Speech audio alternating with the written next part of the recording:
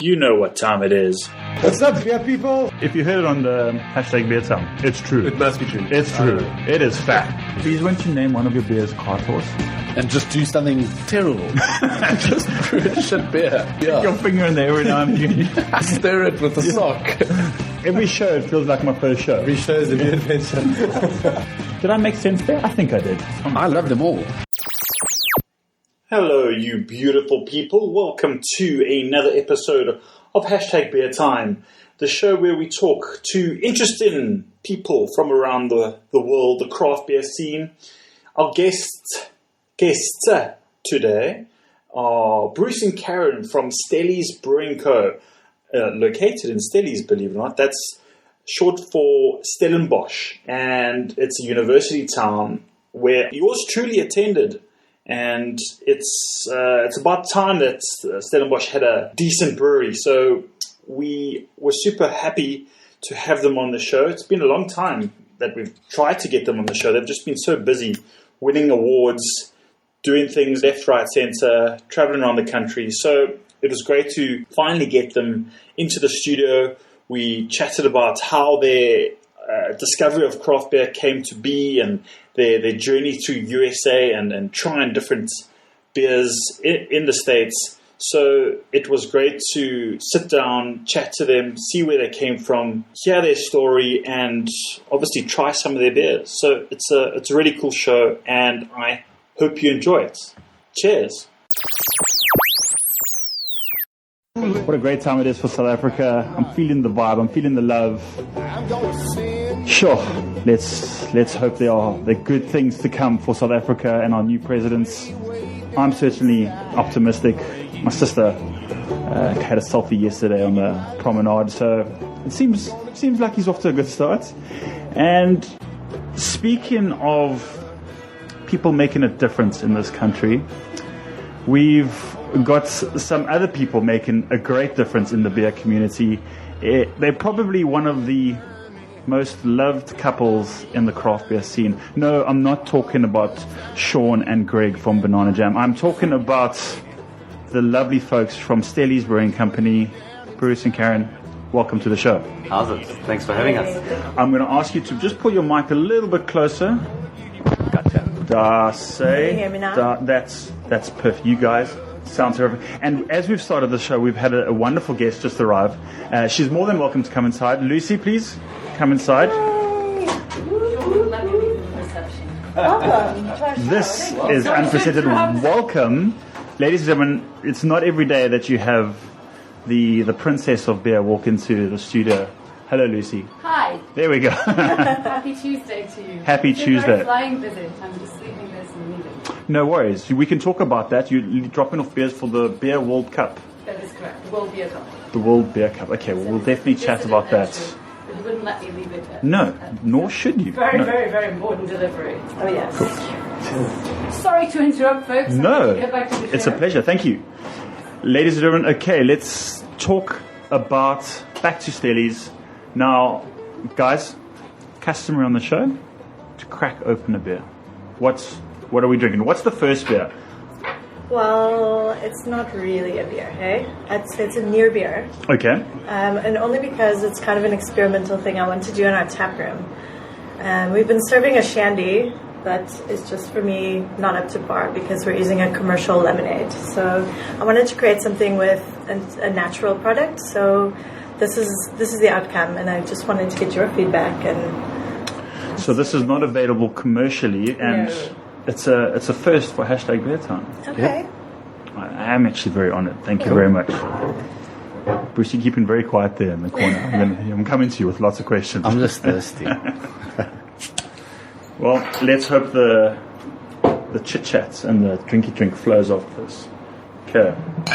Our tap room's in a really hot space in Stellenbosch, and we've got lots of trees and shade, and usually we have grass, but we're feeling the heat this year, so shandy is an important thing on the menu, I think. Yeah, we kicked a little bit in the beginning to the desires of the customer to want something near beer. This is a brewery. We don't mix beer with lemonade. But eventually we decided, you know what, at the end of the day, we want people to be enjoying themselves, and everybody's got their own personal preferences. But now we want to do something that's truly our own, that everything originates out of the brewery, from the hand-picked lemons to the mixing to the combination in the keg. So before I tackle this, just explain the process again in terms of the lemons. Did you pick the lemons, or is it a cordial, or what's? I didn't pick these lemons. Okay. But I hope to, because we do have lemon trees around, but just for... This is experimentation. And you said earlier, before the show started, this is not your first experiment. You've tried something else, and it just didn't come out the way you wanted it to come out. Yeah.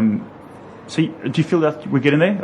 As I'm about to have my first sniff and sip? I think we're still early days, but let's see what you think. I'm Okay. trying to get the right sweet and Okay, let's go for it. sweet combo. Straight off the bat, it smells like lemon meringue, which is, I mean, you could just label this lemon meringue beer, and then people. No, I used the whole lemon when I made the lemon syrup. So I think using the rind actually contributed a lot to the flavor. I think this is delicious. Cool. I would. Okay, here's T-Bone Troy's feedback live on radio. Let's have it. I wouldn't call this a shandy. I would just go straight into calling this a lemon beer or a fruit beer, because you've got this. It is like a syrup-like consistency in the beer. I will say that the carbonation could go up a little bit, but don't change a thing.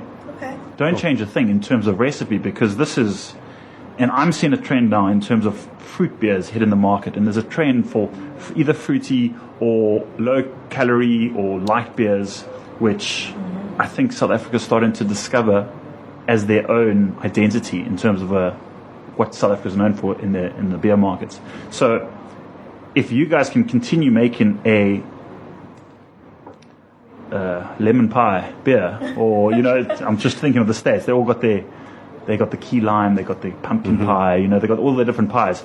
So this is, if you call this a lemon meringue pie beer or just a fruit beer, this is spot on.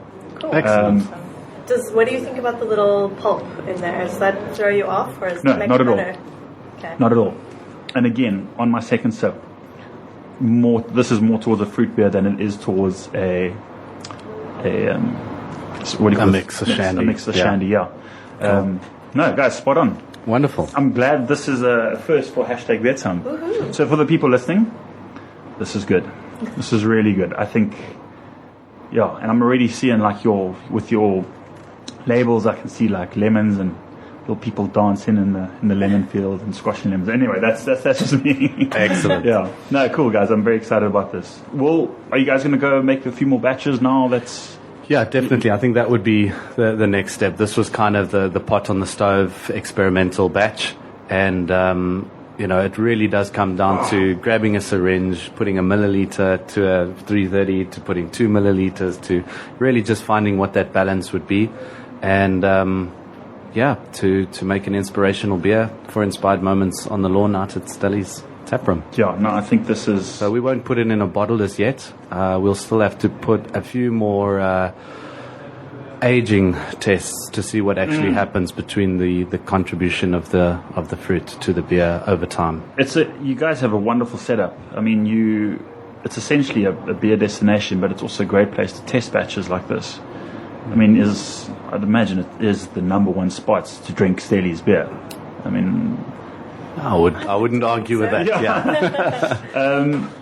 But you guys have been open since 2015, if I'm correct. You've been brewing a little bit longer. Yep. I remember actually in my League of Beers days, I think I met you, and you were experimenting with different types of beer. Yeah, we fell in love with beer in the States. Okay. I was on the plane over to the States, and I said to my wife, I haven't really experienced the beer scene in the US, and said, oh, great. There goes wonderful beer. We're off from Europe into the land of Budweiser, Coors, and Miller.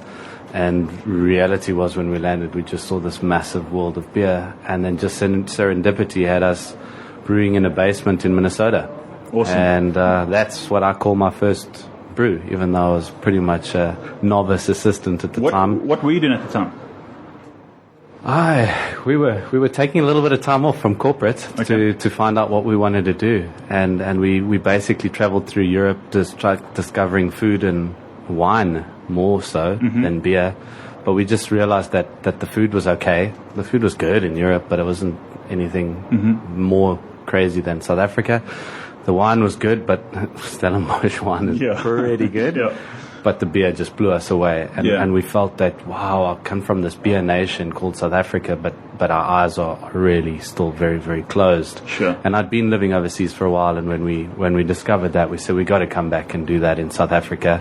And when we came back, it was just starting. You know, it was the early days, 2009, of the Darlings and the Bostons, and the guys really just getting off. What was your thought process? I mean, thinking you're in the States, was it a mind-altering decision or like moment where you're just like, wow, I actually have to get into this craft beer thing? I would say it came a little bit later. While we were camping through the States, East Coast to West Coast, we just kept, being awakened by these amazing flavors. I remember my first Torpedo IPA by Sierra Nevada, thinking, what the hell did this brewer do to this batch? He must have dropped something in the kettle.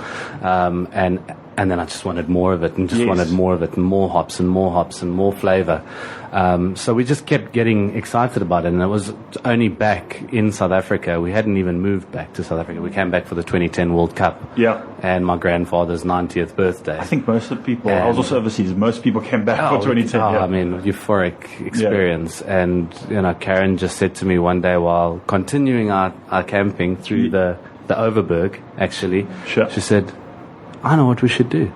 We should start a brewery.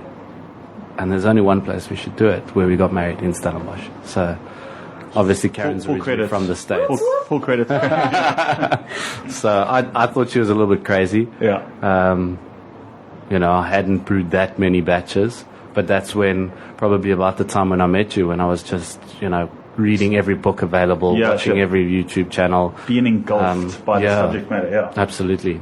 We had a little boy at that time, and he was probably 2 months old, and Bruce would be up at like 3 a.m. with the baby on his chest, reading his beer notes and studying for his exams. Okay. It was pretty funny. Yeah.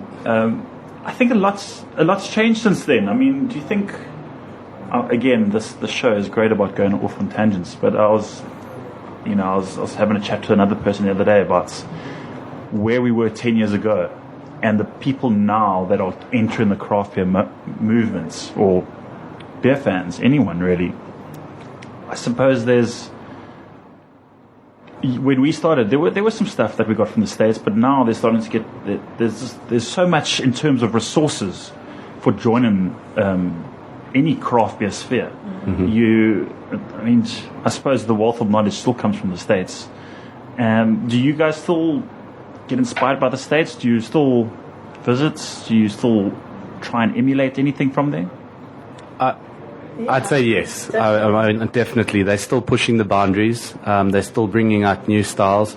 I believe the latest thing now is potato beer, which hasn't quite got here yet. We're all on the New England style IPA, which maybe we could go to the next beer. But essentially, we do still look to the States.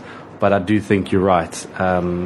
When we got back here, it was very small still and very, very juvenile. The beginnings of a craft beer revolution, and I think in the last 10 years it's come leaps and bounds. I mean, we went for a beer tasting on Sunday afternoon, and I think out of the 6 beers you could choose 4 of them were sours. I mean, you would never have that 2, 3, 4, 5 years ago. Even a year ago, you were like, "Are you crazy?" Or, yeah.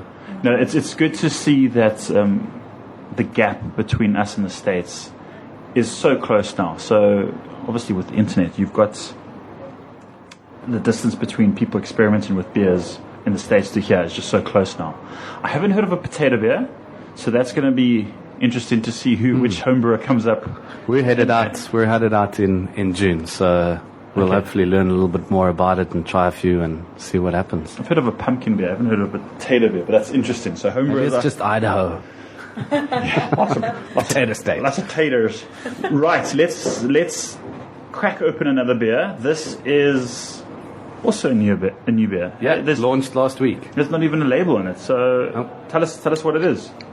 Okay, so it is a pretty special beer, and we really want to share that with South Africa because that's another example of South Africa coming together. So the following and the reception that we had, that is poured from draft. So if it is slightly undercarbonated, it's probably because it was poured a few hours ago. I don't mind. Yeah. But yeah, South African National Brew Day. The lady was just in the studio a few minutes ago. Lucy started something 2 years back, and we kind of got involved. And this year we said balls to the walls. We are actually going to do something completely Lekker. different. We invited South Africa to come and brew with us. We triangulated probably about 5 different recipes.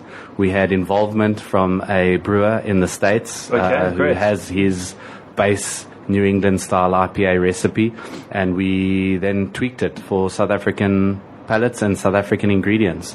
So although we did not achieve 100% South African ingredients on this version, that was probably just because we got out the blocks a little bit late. If we had had a little bit more time to plan for the event, we could have certainly sourced through our friends down the road in Belleville now who are doing all sorts of different types of malting projects, as well as, if I can name drop them, Go ahead, Waltz Malting Go ahead. out in Belleville, as well as the guys from Plato Yeast. So we certainly will move this and have experimental batch number 2 be purely South African ingredients. Isn't that great that we've got...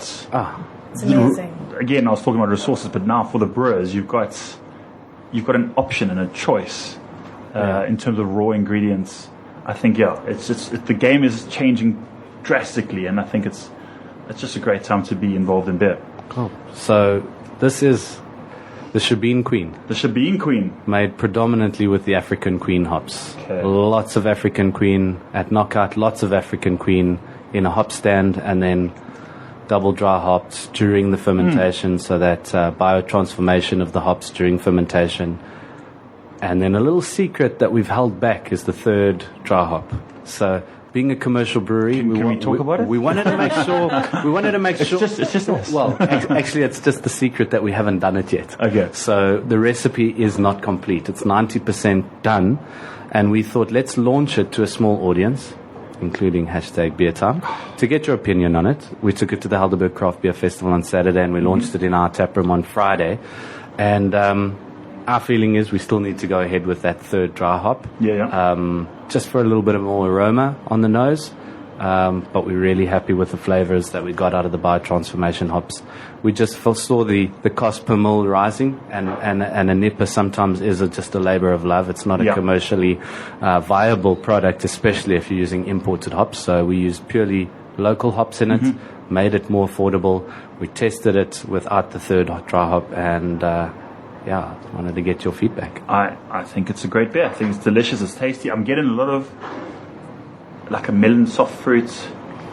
I'd imagine that's from the African Queen, because last time I recall on the hop tour they spoke about African Queen, and it was one of the most diverse hops in terms of, how you have those spider wheels and you've got your fruity, floral, spicy, and this one just had berry, fruits, floral. It had so many different lemongrass, citrus. It had so many different combinations, and that's why it's become such a popular hop, and that's why I think a lot of American homebrewers are asking for it. They're wanting it. Are they exporting this hop? I think they were limited batches, Okay. and there were some. I know that Hawker's Brewery in Australia, Marzen, who spoke at the Beer Boot Camp, they made I think it was an IPA or a Pale Ale just with South African hops. That's in Australia, and then there were some American brewers. I saw on some forums, on the homebrewers forums, that they were actually getting South African hops delivered to their homebrew shops. So, looks like we're give ourselves, well, I don't know about us, but we can give ourselves a pat on the back for making something that's tasty. I mean, another word on that. I mean, we had such a beautiful experience at the SAB Hop Farms, or AB InBev Hop Farms, as would probably be now known. But yeah, Magda, came out like a little hop angel with her tray and her pots of hops and her wipes, and we could do the rub and clean your hands. Was that? And it was just so wonderful. We took a week off in January and we went up to the garden route as a family, and then popped in there with our kids, and she was holding my son up, picking hops, and it was just really special, for beer lover to be able to go to an SAB commercial facility and just be opened with such open arms. It was really They're really nice. Extremely open in terms of sharing knowledge, which is... Don't fight them in the trade, but no. At the source, they're quite friendly. They're very friendly. And on that note, #BeerTime is organising a hop tour at the end of this month. We actually leave on the 1st of March, and there are still 2 or 3 spaces available, so if anyone... Sold. Well, there you go. We've got a few home brewers, we've got a few commercial brewers, and mainly just some beer crazy fans like myself going on hop tour. It's a lot of fun. It's one night, and you run through the hop fields. You see how it's processed, how it's harvested.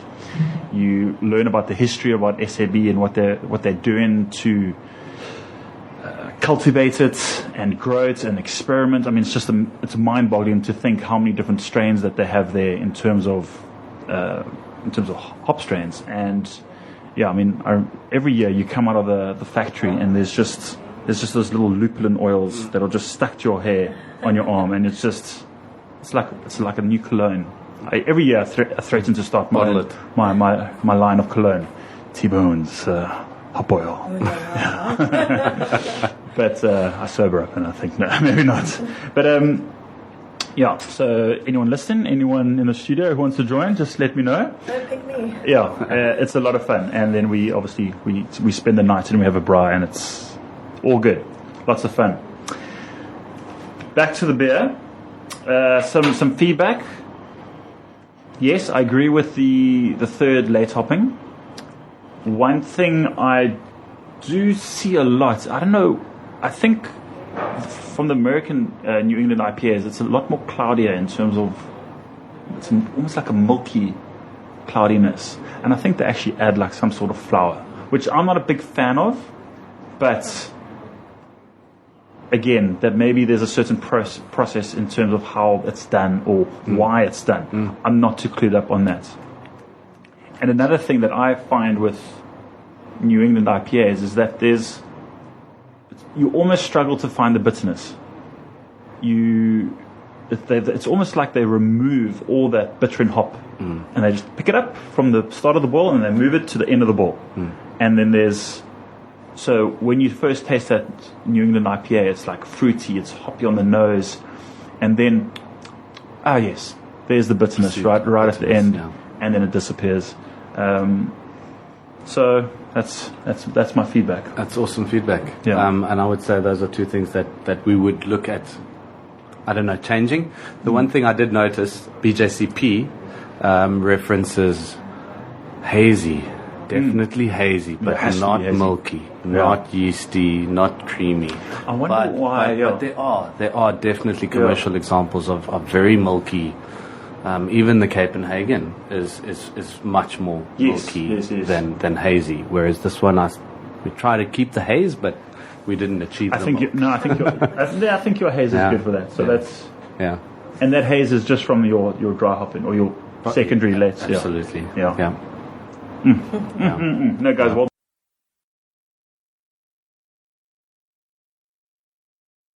You can get during the boil. I mean, if you had to compare handfuls of hops, these little handfuls of hops being thrown in during the boil, which we toned down as much as we could, but the collaboration partner that does the in the States said definitely keep some hops in the boil versus the buckets that go into the dry hopping. It's just amazing how much you can extract in the boil. No, for sure. I don't want to. I always have this problem on my show where I finish the beer and then it's and then it's done. But we do have some more beers lined up, which I'm excited to tackle. Before we get into that, we're going to take a quick music break so we can stretch, have a salty crack, and get on with the next bit of the show. So.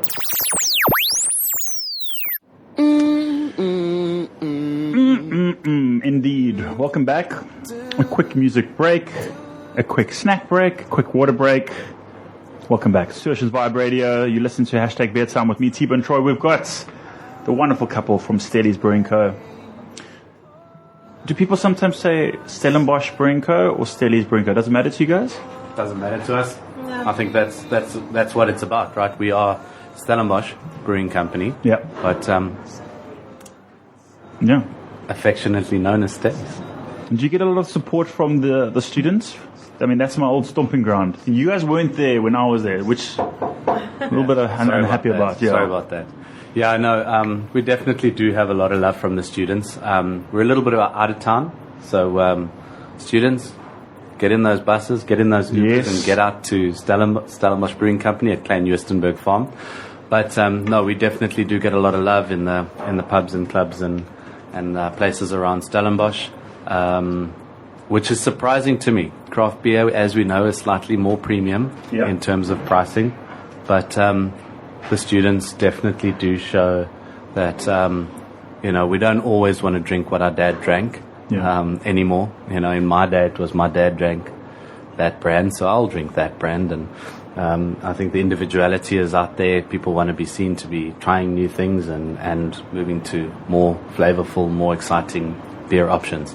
Marty's Beer Appreciation Program, MBAS, is a great example of that.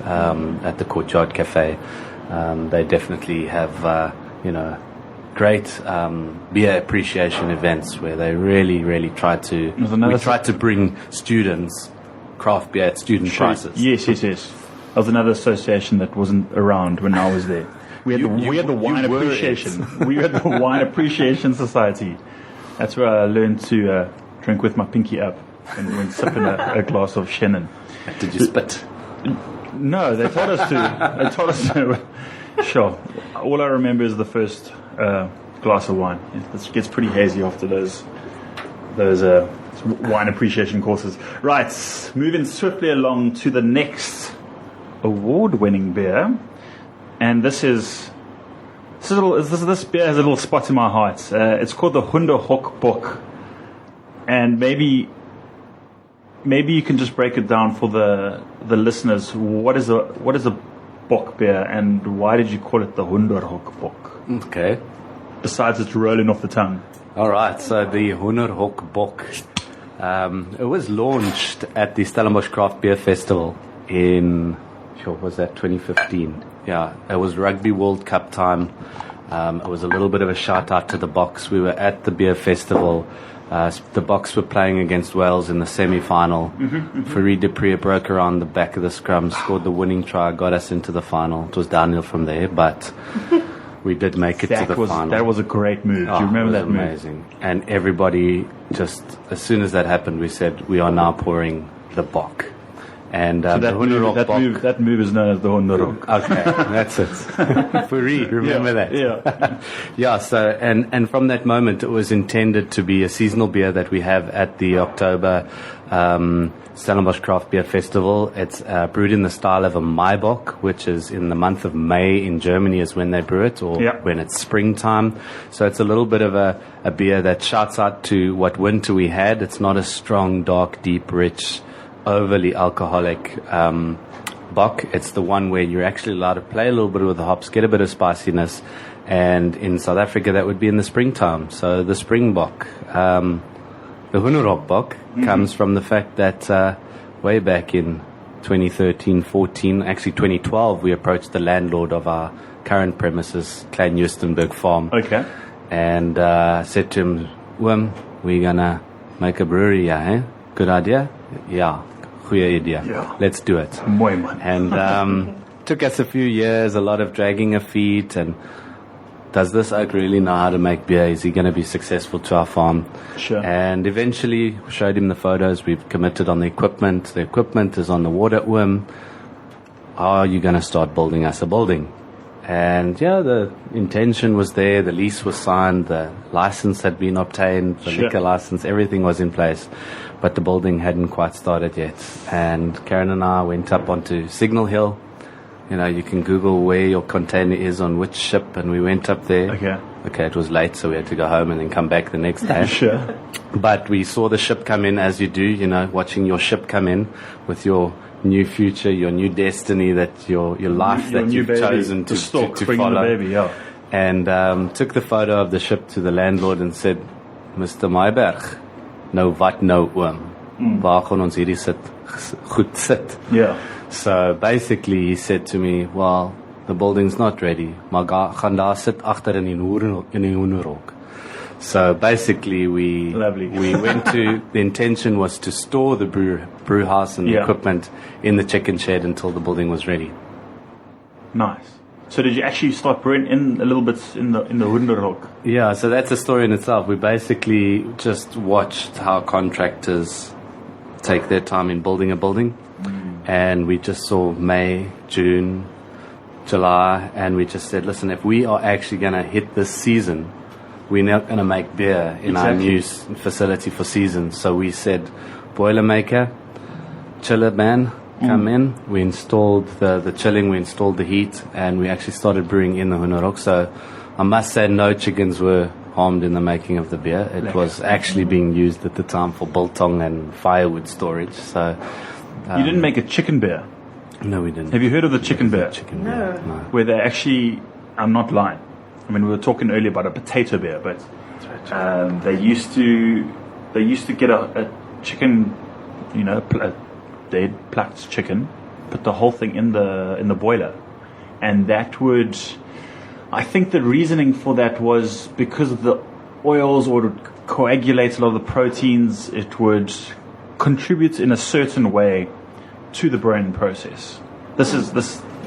People have done this, and I've seen actually recently beer's been made in the States, obviously in the States, with chicken beer, and then you get to eat the chicken afterwards, but it's the beer has been made with a boiled chicken. Yeah, sanitized, it's boiled. So you didn't do that. There were no chickens in Maybe the the making. next one, Yeah, right? maybe. No, let's try. Yeah, hoenderhok bok to mutant beer, or whatever you call it. I don't know what style of beer it is called. A mixed. Great story. Thank you for sharing that on #BeerTime. Let's get back to the beer. Has it changed since I reviewed this on my YouTube channel, I think a year ago, 2 years ago?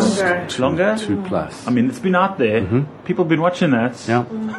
So That's a good one. has it changed since I reviewed it first? I personally don't think the profile of the beer has changed. In the beginning, we had intended for it to be, to an extent, a Weizen bock, a Weizen Maibock. Okay. So it had quite a higher contribution of wheat malt to the bill. Can you give that in percentage?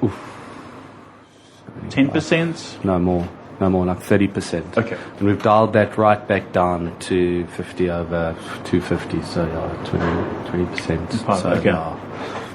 Yeah, so we've dialed the wheat back, and the objective there was, because you're calling it a bock, generally being part of the lager family, you like to see more clarity, and the wheat was not helping with that. So it's still not a filtered beer, so you can't see through it, but it is clearer the longer it ages. It's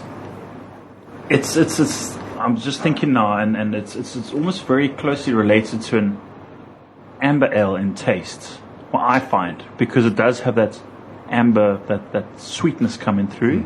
So yeah, it's almost if people are looking for an amber ale or a sweeter ale or something sweeter than a lager, I suppose this is what you recommend. This is the step up. Definitely. We find on the farm, and Karen would be able to talk more to this, that, you know, that's a great way to introduce the non-craft or the more traditional beer drinker who's used to lagers to something with a bit more flavor and color and sweetness. Because it being a lager, a lot of people find that it's much more approachable because it has those crisp, clean finishes. What I love about it is if a woman comes into the brewery looking for a beer and says, I'm not really a beer drinker, what do you suggest? That I can suggest this beer. And it's not like a wussy beer, you know, it's like a real flavorful, it's a heavy hitter, it's 6.5%. And women love it. And I think that's really cool because, you know, we're often associated with cider and Weiss and light beers. So, for me, that's... Not anymore, it's changing. Yeah, I like that. She loves beer. Woohoo! Hashtag she loves beer. What I was going to say now, I was having this chat last week with Eben from Mad Giants and the use of the word lager and putting that on a label. And I mean, it's interesting that you said you told the customers that this is a lager. And it would be interesting to see their reaction. I mean, I'm sure you've seen it. I don't know if you've noticed it in sales, but if you talk to them and say, no, this is a lager style, it's called a bock beer, but it's still a lager style. Would you notice anything if you wouldn't call it a lager to your customers? Yeah, I think it's probably to that select customer that's wants to break out but is a bit scared. And that's when we'd use that lager. I think most of the time people are, what the hell is a bock? Yeah. You know, I think besides Berg River and then the Beast of the Deep that Ann Union brought out years ago. I was just about to bring in Ann Union. You don't see bocks. Yeah. And then obviously you've got the Urbock from NBL, but there's not many around. So whenever somebody comes across it, and we're not there to stand behind it in trade as well. Yeah. So we find that it sells extremely well in the trade as well. So without somebody telling you, people are drawn to it by its name and by what it is as a darker beer, be it a lager or an ale. I thought it was interesting how Ann Union released their amber lager. They could have called it an amber ale or just an amber beer, but they called it an amber lager. Mm-hmm. So my thought process is that if you are a mainstream beer drinker and you're used to drinking your lager, drinking an amber lager is a lot less scarier than drinking a bock or any type of craft beer out there. So yeah, I just find it fascinating with the psyche of the South African consumer and how just by putting a different word in a bottle still affects the sales. And you know, it's an interesting point to the people listening, to the commercial brewers listening. You know, you've got to be very careful, very strategic in what you put on your label. But anyway, I'm getting sidetracked. As always, let's move over to this beer and the fact that it's got 2 gold stickers on it. What am I looking at here? I've got the 2017 South African National Beer Trophy Awards. We've got the Sommeliers Selection 2017. Now, I don't know too much about that, but maybe you guys could just break it down and talk about the awards that were given to you guys last year. Well, I can talk about the Sommeliers Selection. And that is an annual event or an annual award that the wine industry has had for a few years now. And the sommeliers get together, they taste wines, and then they have finally realized that there's, the necessity for beer on wine lists, essentially. Sure. And so the purpose of this awards is to kind of put together a list of wines and beers that a restaurant could offer, that those sommeliers could offer to their customers. And so they opened it up, to pair with food. So they opened it up a couple of years ago, and we've been entering our beers for, I think this is the 2nd year. And you know, it's a blind tasting. It's done by all the country's best top sommeliers and it's, trained palates. Yeah, It's really, really interesting and neat to have them involved in beer now as well. There's a whole world of sommeliers out there people think craft beer judges. Oh, that's weird. Like, but there's a hidden world of professional wine drinkers out there. I mean, the wine industry has been going on for more than 300 years in South Africa. It's become real, I suppose, professional in the last few decades. So yeah, it's actually great to see that they're realizing or becoming aware of the contribution that craft beers play into the trade and also their industry. Okay, and then the National Beer Trophy. National Beer Trophy. Yeah, so that was a happy day for us. It was, we knew it was a good beer. We love it. Our customers tell us they love us. T-Bone tells us he loves it, so that's great. So we knew we had something. So obviously we entered it, and we hadn't won too many competitions. We're fairly new in the industry, and we got a gold medal, and for us that was we were doing cartwheels, and on the night of the event, we knew we'd won something. And the idea was, you didn't really know if you'd got silver, whether you got gold or anything, So, you invited to the awards, and we get there, and they never called us up. And we thought, oh, shit. Damn it, that's embarrassing. But they've done all this. Just have some snacks and leave. What's going on here? Yeah. And then right at the end, they said, and now we have the category winners. And they announced the best lager, and they announced the best dark beer, and they announced the best specialty beer, and they didn't call us up.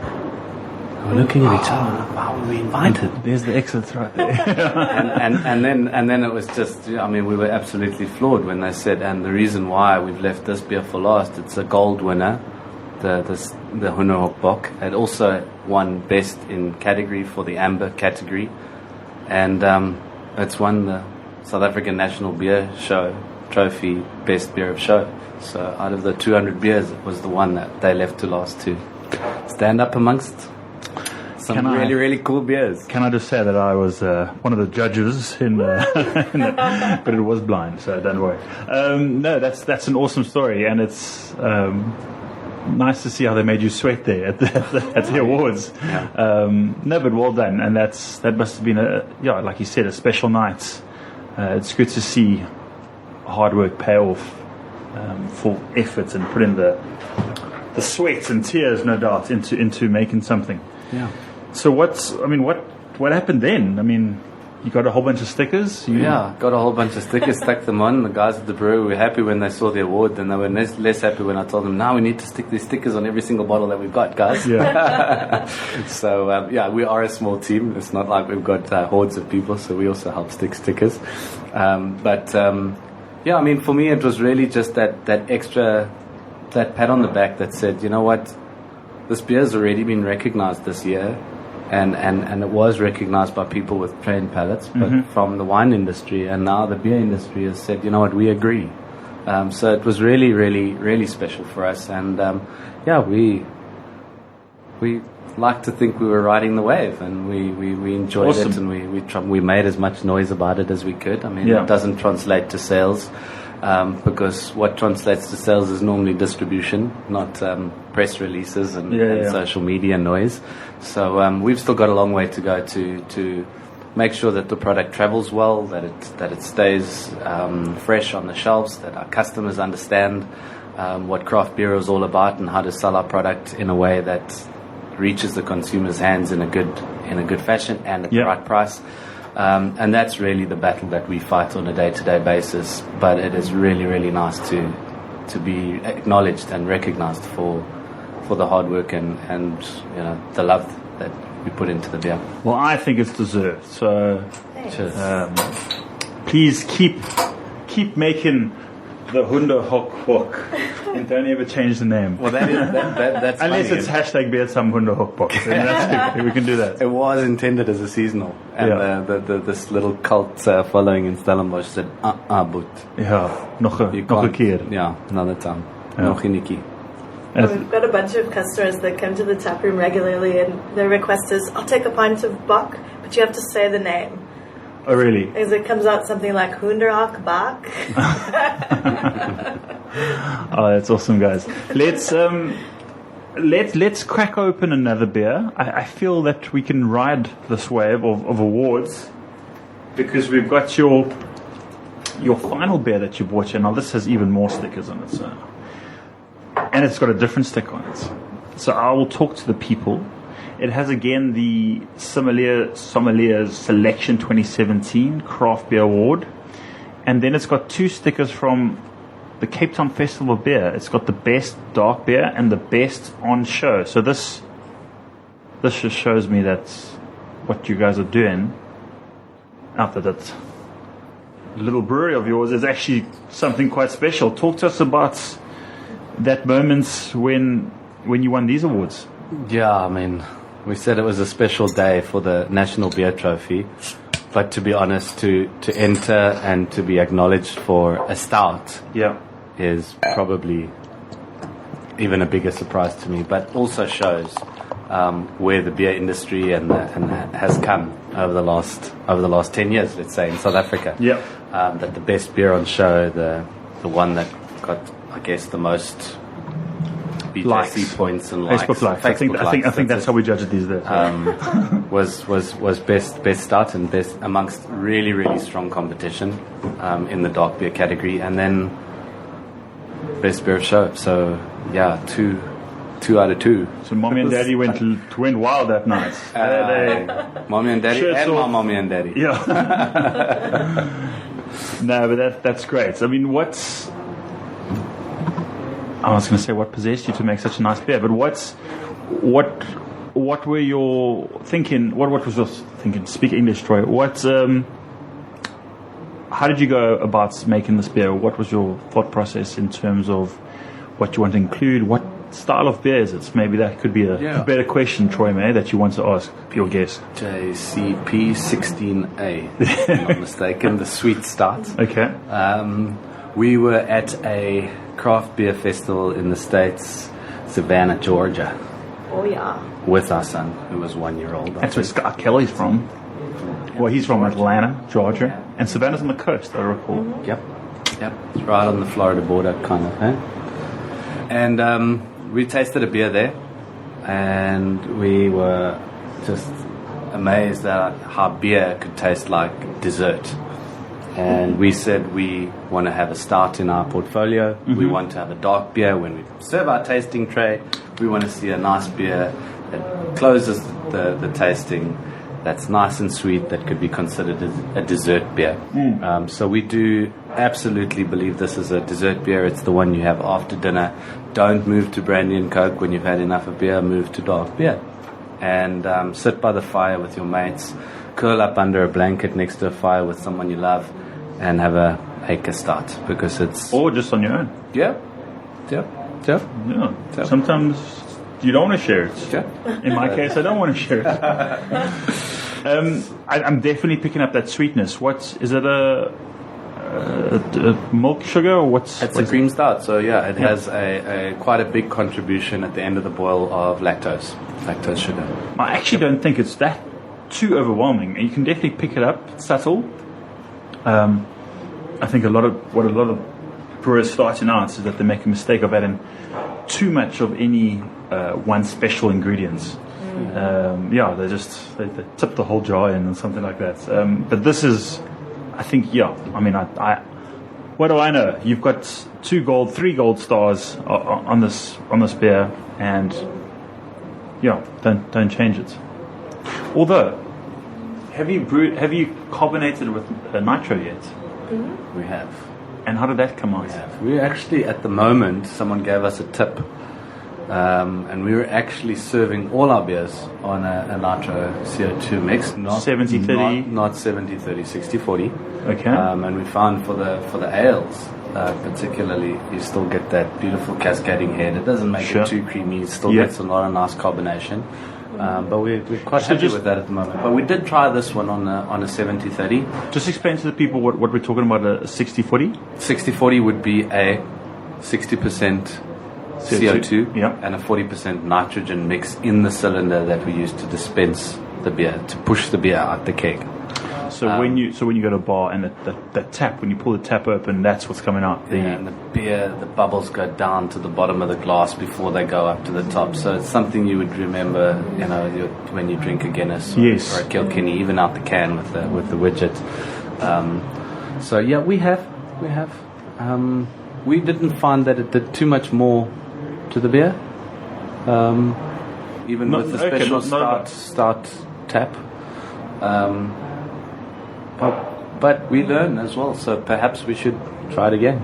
We'll see. No, this is fantastic, and if for people listening, if you haven't had I suppose if you haven't had any of their beers, shame on you. But if you haven't had their start, this is, I mean, according to some of the competitions, this is the best in the country. But this is definitely one of my favorite dark beers in the country, and it's so awesome to see that South Africa now has a dark beer. Like, I think when we started 5 years ago, and the industry was kind of experimenting, trying to find like a dark beer. Yes, people were making dark lagers, they were making certain styles of stouts, but it just wasn't a unique South African stouts. You had your Guinness for Ireland, you had your dark Czech beers, but yeah, I think you guys are absolutely nailing this one, and again, I wish I had more, so thank you very much. Cheers. We're fast approaching 1 o'clock, so we've actually gone through an hour, which is amazing to think how quickly the show goes. It helps when you have a few beers. So I think what we'll do, as I enjoy this last few sips of my delicious stouts, we'll play a little bit of music. We will come back after. Let's play 2 songs. I'm trying to find something that's. I just can't get over the song, so I'm going to play it again. It's this. When I drink beer, this is the song that I listen to. So tell me what you guys think when we listen to this song. I'll turn it up. So we finished with the Steely's beers, but that doesn't mean we need to stop drinking beer. And I've bought some beers. Well, I say we. My beautiful wife was in Germany. She bought me back some German beers. So let's drink it's all in German, so I'm going to try and do my best. It is a Himberg's Braukunstkeller. I imagine that's the cellar or the brewery, and it is a double IPA. It's called a Marci. It's got Amarillo, Simcoe. Those are the type of hops. And I think, if my German serves me correct, it's got Geschmack, which is maybe smelling. It's got herb, orange, mango, citrus. Beautiful label, nice little infographics, and then a whole bunch of German on the back of the label, which I will not get into. Really pretty packaging. Let's crack this open. I'm hearing a little bit of an echo, but I'm going to turn that down. Okay, let's crack this open. There.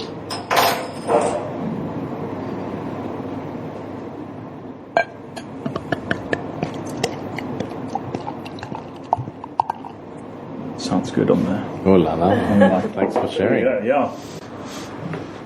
May I? Thank you. So, the one thing I've learned about when people bring you beers from overseas, you should drink it as soon as possible, especially if it's a hop-forward beer. If it's a high alcohol, or if it's a malty beer, you can store it a little bit longer. But this is a beer that should have actually been drunk maybe close or earlier on in the year. I think it expires end of this month. I'm not too sure. It's actually today. Well, look at that. Well, voila. Well, that is a good thing. That is timing. Okay, so to the people listening, when you drink a hoppy beer, you shouldn't be looking at the date that it expires. You should be looking at the date that it was packaged. And I think if brewers listening out there want to be up to date or ahead of the game, you need 2 dates on your bottles, especially when it comes to hoppy beers. I think malt forward beers, maybe not so much. I wouldn't really pay attention to that. But anything with hops in it, there's a trend now with people looking at that production dates. Just had a drink. The guy on the show last week, Dane, was speaking about how he looks for beers that are produced, or brand new in terms of on the shelf. Mm-hmm. So we certainly try as well when you find the date. Would you say that's true as well for cans or just bottles? I don't think it matters whether it's matter. cans or bottles. Yeah, I I agree. Same, a fresh kegged IPA on the day of kegging is just mother's milk.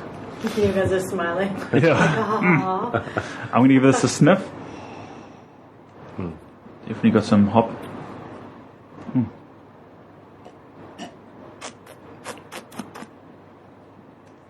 Sure, very sweet and What is a lot of the malt. ABV? It does So it is a double IPA. Yep. So it's 8.1. casual 8.1. Okay. That's all? You can get it. So yeah, there's a lot of alcohol. There's a lot of almost chewy mouthfeel from that the toffee malt. Strong backbone, Yeah. but good hop flavor. Really nice. It's actually I would say it's actually very bitter, but you don't pick it up because of that sweetness. Good on the Germans. Good on the Germans. No, I Yeah. don't think of Yeah. them when I think No, of you don't. beers. Or conservative, perhaps. But this is really, really out there. It's delicious. I'm picking up some feedback, but that's okay. It tends to come and go. Just give your mic a little wiggle there. These things happen on #BeerTime. Not surprised. Especially the more beer you drink. Yeah. didn't click anything. No, I think it was. Oh, there we go. No. By the way, this happens on every show. Let's talk about international beers. Let's talk about the influx of international beers into the South African market. Do you think there's... I mean, we've seen a few beers come into the market now and again. We've seen, I think, a lot of European and British beers into the markets. I say a lot, but that's where the majority are coming from. Yes. Do you think we're going to see more from the States? Do you think we're going to see AB InBev bring in some of their SKUs? Do you think it's going to be good? Good for the industry? Yeah, Yes. it's an interesting conversation. I definitely love the fact that there are more international craft beers available. Yeah. Had the most amazing beer on Sunday. I couldn't stop talking about it. From Norway, Norway? Okay. Norwegian beer in Belleville. I mean, that never used to happen. What? So that was can you at the Oda. Okay. It was the Incandaga. Okay. the Yes. Amundsen brewery, and it's just an amazing beer. And one of the reasons why we started a brewery is because there was no beers like that available. So kind of if we'd waited 10 years, we shouldn't have bothered. But now you can get them. But I mean, we like to say we stand up next to them and we compete. So that's great. Good beer is good for craft beer. The more good craft beers there are, the better that is for craft beer. Yeah, I think people need to recognize that progress happens in any field, and to kind of slow it down or to not acknowledge it is kind of it's putting you in the dark. And I'm just trying to think now and relate it in terms of the craft beer segments. There's a lot of people getting upset with expansion of the small craft breweries into bigger and becoming more successful. I'm talking, of course, about Jack Black Brewing Company. Yep. Getting or selling a percentage of their distribution company to Heineken. There's been a mixed emotions about that. I just think at the end of the day, speak properly, Troy. You're going to get better beer. Beer's going to be cheaper, which is, I'm talking cheaper in price, and it's going to be more readily available on a national scale. And I don't know how you can argue that's a bad thing. That's actually, we need more people drinking different styles of beer, whether it's owned by AB InBev or SAB or Heineken. You want someone drinking a Weiss beer. You want someone drinking a Bock beer. You want someone drinking a stout. Because if they're going to start experimenting with those type of beers, they're going to be experimenting with the local type of beers. We used to call ourselves a beer nation. Yeah. And we had 5 different lagers available, or 6, or 7. That's not a beer nation. That's a closed, tiny little, narrow view of what beer really is. And I think this just brings more opportunity, more exposure, more flavor, more fun to the industry. Inspire us to make better beer. I think it's a good thing. So, I mean, it's a nice little way to segue over to what I was going to say. It's to the Brewing the Republic, which is the documentary that we're busy making, and you guys are one of a handful of breweries in that. Mm-hmm. I'm going to tell the people. Fun day. I'm going to tell the people. I wasn't there, but I know Roscoe the bastard, my good buddy, was there. You guys went on a hot air balloon. Yeah. Do you want to just tell the people why you decided to take Roscoe and not me? Wow. Wait. Okay. Let me rephrase it. Why you guys did the hot air balloon? I think we invited Troy as well. You most definitely did invite me. I think I was busy doing ridiculous restaurant work. Yeah, so Roscoe came. He did the great day of filming. We were brewing that day, and we just got on so well with Roscoe and thought he was the most crazy cat around. He's a with a guy. beautiful love for beer and just happy-go-lucky, fun-loving guy. And I said to him, "Have you ever flown on a hot air balloon? And you seem to know how to throw a camera around. Why don't you come and film us for a little filming?" Yeah. And our IPA, Mass Hoppiness, was born out of a memory that Karen and I had on that US trip, camping across the states, of the Albuquerque Balloon Festival, where there's just this mass ascension of 500 hot air balloons at 5 o'clock in the morning, just before dusk. And we just had visions of these hop cones floating around in the fermenter during dry hopping of that mass happiness, mass ascension, mass hoppiness in this case. And we thought it was only fitting that we film a little insert on RPA, on mass hoppiness in a hot air balloon, which, strangely enough, unbeknownst to us at the time, I would show up as you do at 4 o'clock in the morning to fire up the boiler and start your brew day before the chickens even start roosting and growing. And one morning I was mashed in, got my coffee, walked outside, and there on Klein Justenberg Farm is this hot air balloon rising from the lawns. We found out afterwards that Life Ballooning, which I think they've changed their names now. Yeah. They do hot air balloon flights from the same site that the brewery is on. So just another link into that memory, and it was convenient to hook up in a hot air balloon. Very convenient. And I hope that my invitation is still there one day. When you guys We'll do it again. Yeah. Absolutely. Brewing the Republic, take 2. Yeah. But just an update for the people listening. I was in the studio yesterday, in the editing studio yesterday, and I got to look at the first kind of section of the documentary. So it's so exciting. I feel it's going to compete on a world class level. I said it in a humble way, but it really is. It's got the slick editing and the storyline, which I'm very excited for the people to see. It's got some great slow-mos of brewers laughing, which always makes a good documentary.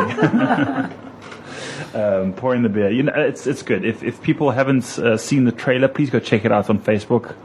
I think it's Facebook / Brewing the Republic. So go check out the trailer. It's the first official trailer for our craft beer documentary. Right. One last beer. One last shout in the dark. Are you ready for maybe one last beer? One for the road? Yeah. Well, one for the Uber, yep. Yeah, exactly. Around foot. Yeah. That's cool. So this is another German beer. It's Choco Porter, black, bold, and beautiful. It sits at a cool, casual 6.5% ABV. It's from Meisel and Friends. And again, Das ist gut. it has some German on the back, and I'm struggling with this. A Roman Zarbitter Schokolade. I think we can all pretty much understand that. Verbieden sich mit einer lichten Espresso, I have to not say. in caramelliger Süße. So on that trip, Yes. Karen and I, Which trip? The American trip? yeah, Yeah. we hit the Badlands. Okay. And I didn't even know what the Badlands were, but something about that place just like made Karen and I not see eye to eye on a few matters. Okay. And we got into the most horrific, living in each other's pockets for the last 9 months in a tent on plastic blow-up mattresses, kind of, I don't need this Head to anymore. head. Yeah. And we did what, the right thing, and counted to 10 and said, listen, we need to talk about this, but not now. Yeah. And we actually ended up coming up with the trip commandments. The third commandment, I can't remember which one it was now, but one of them was, if you are going to break the rules and try to get through or try to make your point of the argument while you're pissed off with each other, Yeah. doing it in German accent. Yes. And I tell you what, anybody listening out there, Yeah. marriage advice, Yeah. trip advice, living in confined spaces with the same person does wonders. Really? It just- Okay. You can't keep a straight face. Yeah. You just forget everything. Everything just, what do you want to Yeah. do? You're not making sense. What? It's great. It works. I promise you, it's worked. Tried it, been If- there, done that. We still married if- 10 years. If you see me next week with a black eye, then you can understand that it just didn't work. Yeah. But to my wife listening, I hope we never get to use that German accent. I love you, sweetie. Yes, there's so much love in this room. Okay, let's crack open this Choco Porter. Guys, I've had an absolute blast with you this been fun. show. Likewise. And thank you for sharing your beers. Whoops. Thank you. There we go. Choco Porter. Again, not what I think of when I think of a German beer. Not at all. And It's lovely. look how things are changing. How those The Germans are breaking the mold. yes, the malts or the mold. The mold. The mold. Guys, cheers. Cheers. Very nice to see you. Cheers.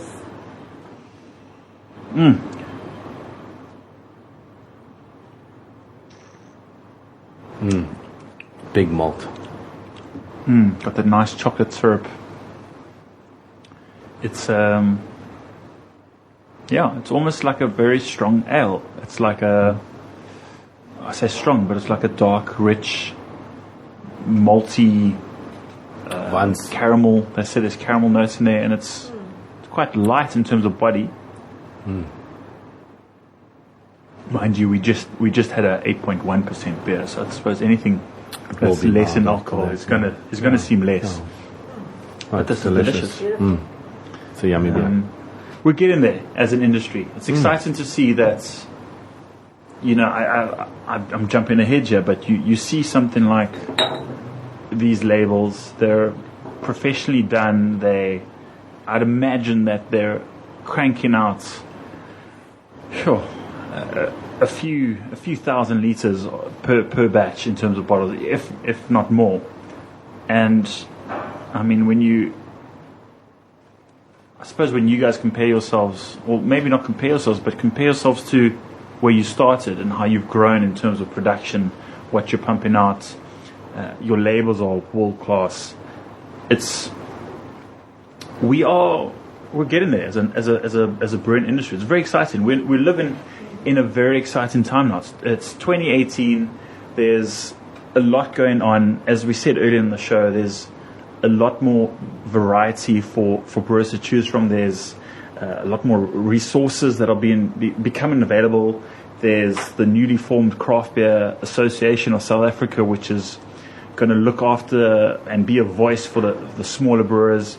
So, what a great time to be in the craft beer industry. Absolutely. And it's just an exciting time. I'm just excited to just keep drinking beer. I mean, what's wrong with that, you know? Absolutely.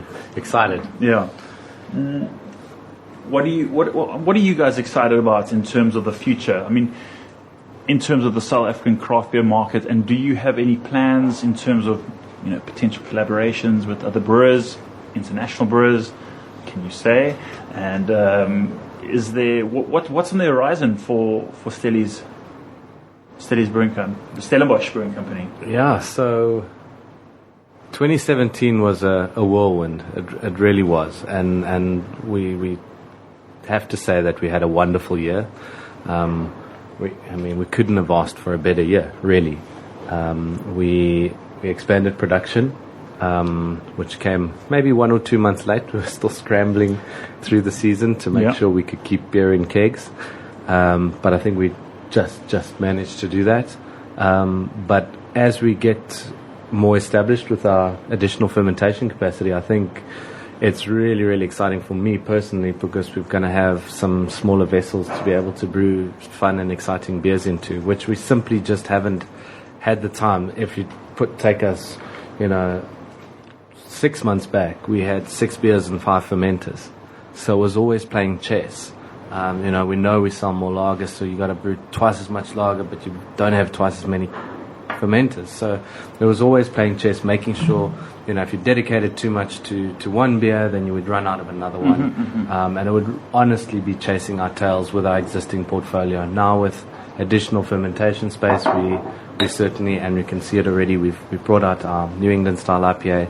We've got a really fun beer, which I was supposed to have brewed a long time ago.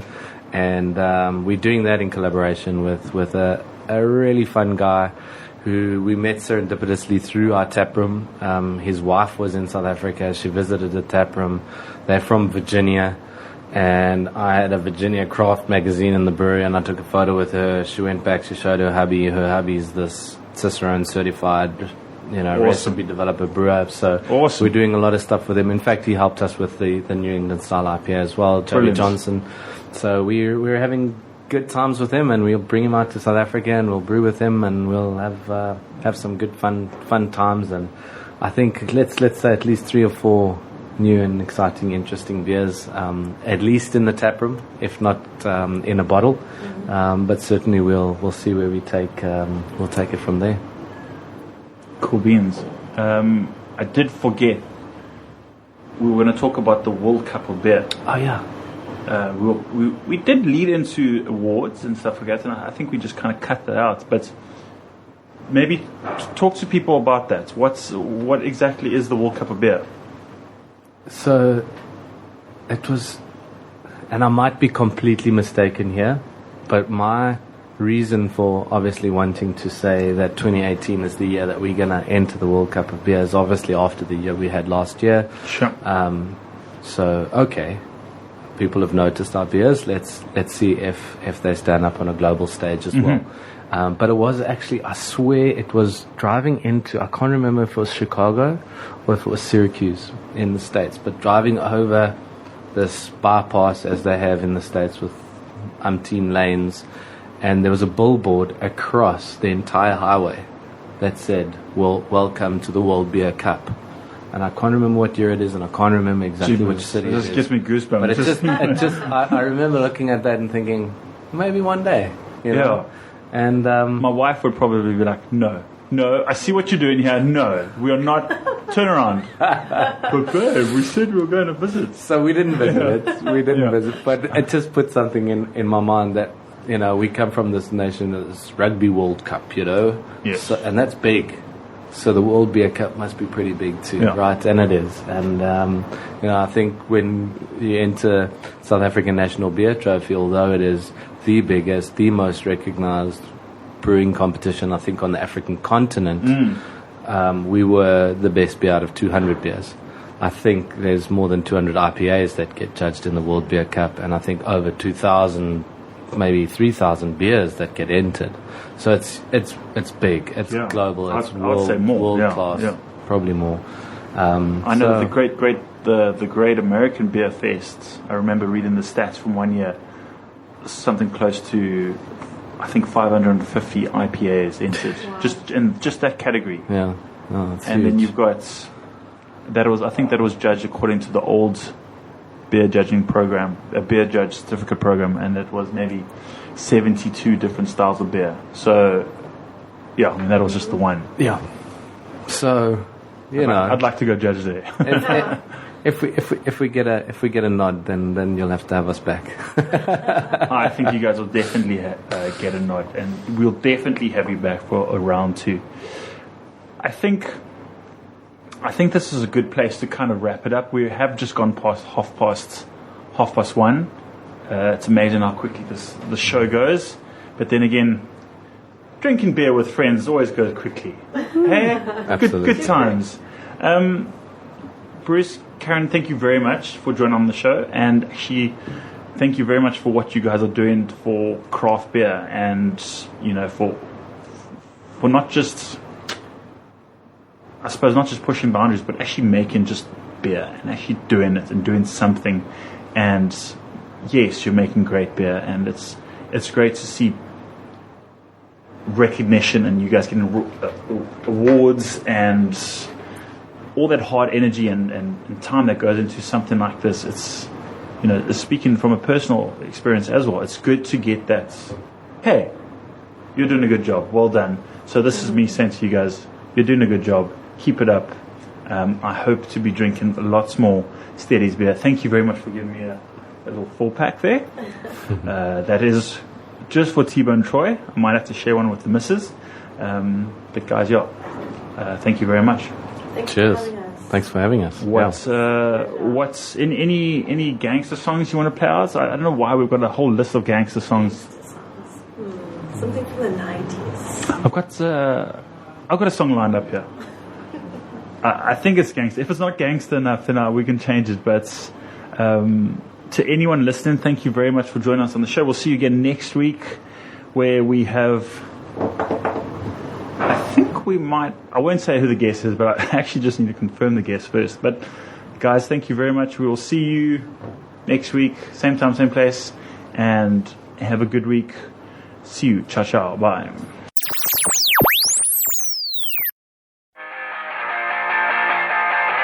Thanks for listening, guys and girls. Make sure to follow me on Instagram, Twitter, and Facebook. Just search for #BeerTime. That's #BeerTime written out in full. Hope you enjoyed the show, and check you next time. Cheers.